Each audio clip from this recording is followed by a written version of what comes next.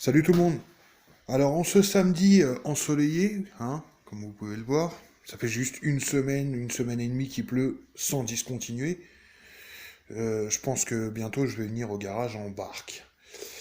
Je suis venu ici parce que j'avais un ou deux trucs à faire sur la RX-8. Déjà, la passer à la valise donc avec l'appareil OBD. Et il m'a trouvé deux codes erreurs. Il y en a un, c'est je mettrai les captures, hein, enfin les photos que j'ai fait.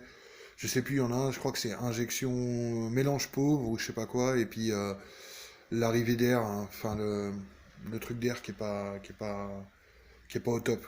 J'ai envie de dire, si elle veut de l'air, je vais lui mettre un petit HKS champignon que j'avais acheté à l'époque, je crois, pour ma RX-7 et que j'ai jamais utilisé du coup.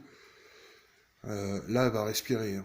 Puis après, si c'est l'autre, si c'est les injos, c'est pareil, on peut commencer à s'exciter sur des gros injos si elle veut.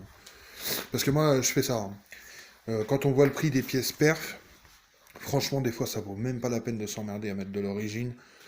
Souvent, les pièces perf, je dis bien souvent, c'est pas tout le temps, elles tiennent mieux que les pièces origines. Enfin, non. Les pièces constructeurs, normalement, ça tient mieux. Mais les pièces performance, elles encaissent plus, enfin voilà. Donc généralement, moi, il me faire chier. Ah, mes bougies sont mortes, pas de problème, j'achète 4 bougies neuves, mais j'achète de l'iridium, ça dure plus longtemps. Les faisceaux sont morts, bah bouge pas, on va mettre du 8,5 ou du 10. Allez, voilà, je fonctionne comme ça. Parce que vraiment, au niveau des tarifs, des fois, il y a la différence pour passer sur du perf, elle est trop minime. Voilà, et puis c'est des voitures qui aiment ça, hein. Sans mauvais jeu de mots, les japonaises sont bridées à la mort sur des trucs genre admission, échappement ou allumage et tout. Bon, bah, sitôt que vous les libérez un petit peu, elles aiment bien. Bref. Et je suis venu aussi pour celle-là. Parce que normalement, en début de mois, si tout se passe bien, on va commander les 4 longues portées. Donc ça va être des longues portées. Initialement, je voulais les mettre sur le capot.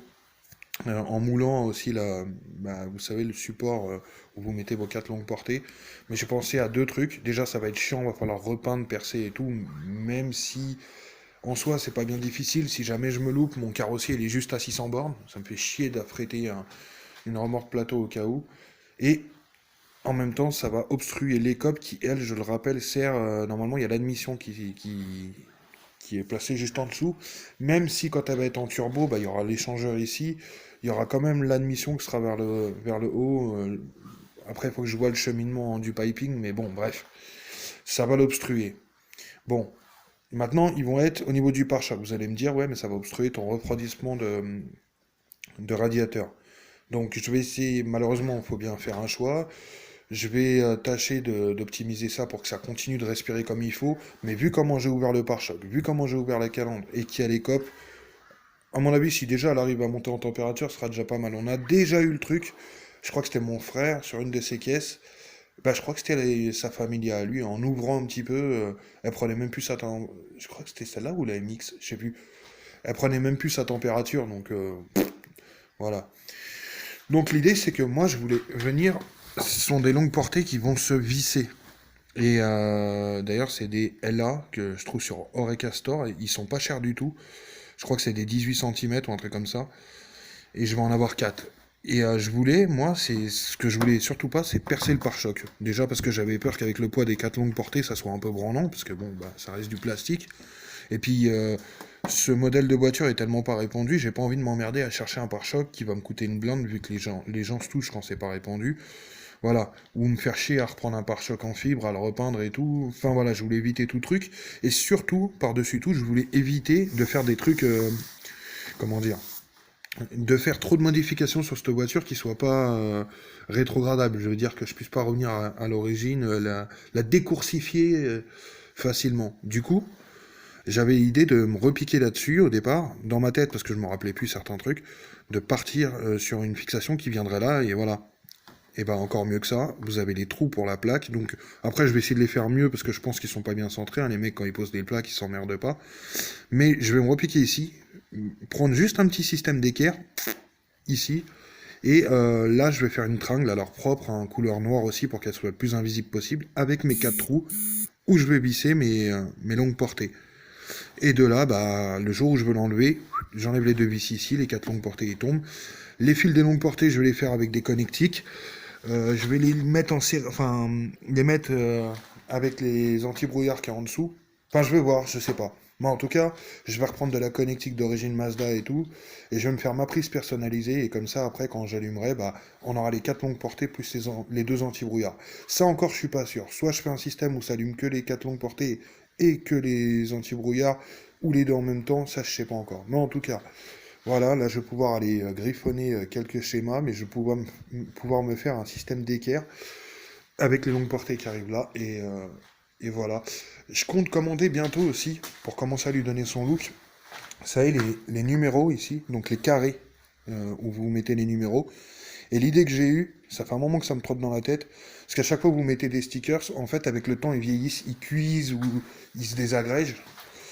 Comme là, hein, vous voyez, ça le fait systématiquement, il commence à se bouffer, même peu importe la qualité du stickers. Et surtout, ça peut vous baiser vos peintures. Du coup, moi, l'idée, c'est que je vais acheter. Mon père avait acheté ça une fois pour une de ses voitures américaines. C'est de la plaque. Alors, c'est super fin, hein, c'est souple, mais c'est de la plaque magnétique. Je vais m'en couper un carré blanc et comme ça, à chaque fois qu'on ira faire une course. Enfin, l'idée, c'est que je vais me faire ce carré blanc et je vais imprimer. Donc, je vais prendre des stickers de numéros de 0 à 9 en plusieurs exemplaires et je vais les coller eux-mêmes sur des trucs magnétiques. Ce qui fait que j'aurai mes carrés blancs collés. Le jour où je veux repasser en mode civil, je les dégage. Et quand je changerai de numéro, quand elle participera à des courses, et ben ça sera aussi magnétique. Donc les numéros, on nous attribuera un numéro, je les magnétise. Ça se voit pas, c'est plat, ça donne l'illusion d'un sticker, mais c'est magnétique. Et au moins, voilà, bah, on n'a pas cette galère de bousiller la peinture, de déchirer le sticker ou quoi. Je vous dis, hein, tous les stickers, à terme. Alors celui-là, il est encore pas trop vieux parce que ça fait pas longtemps que. Enfin, comparé à l'Astina, ça fait pas longtemps. Mais l'Astina, elle a passé même pas une année dehors et les stickers sont déjà cuits. Bon, lui, ça va encore. Mais celle-ci, ouais, je vous dis, même pas un an dehors. Elle a pris une fois la neige, une fois le soleil, terminé le sticker s'il est cuit. Enfin. Donc voilà, donc j'ai le système pour ça. Je vais commencer à lui faire son habillage stickers. D'ailleurs, bah, j'ai bien aimé le concept où vous vous êtes manifesté sur la peinture de la Fox de Geoffrey.